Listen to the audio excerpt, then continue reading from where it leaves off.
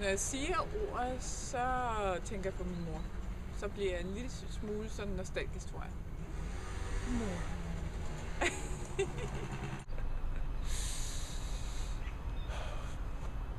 Hvis ordet var en person, så ville det nok være en eller anden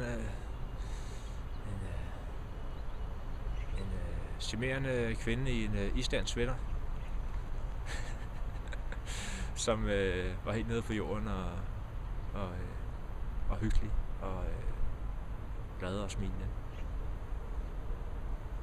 Farven, jeg tænker på, er sådan sortbrun lilla. Bordeaux-agtig. Varm. Lækker farve. Hvis jeg var tøjdesigner, kunne jeg godt finde på at arbejde med den farve.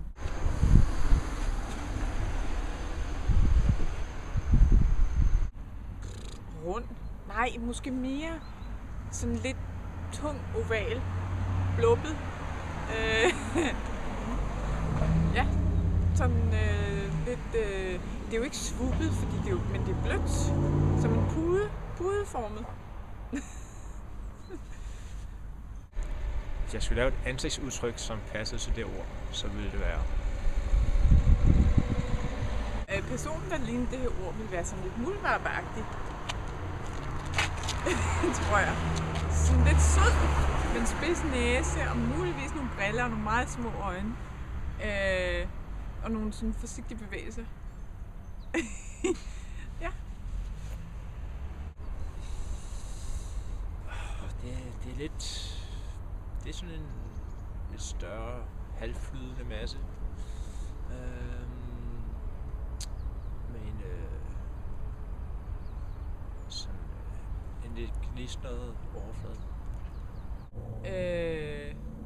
Og sådan en blanding af, at det egentlig er fedt, og det er sådan faldet lidt fra hinanden, og det egentlig også er sådan lidt ulækkert. Men det dufter jo godt, og man får lyst til sådan at...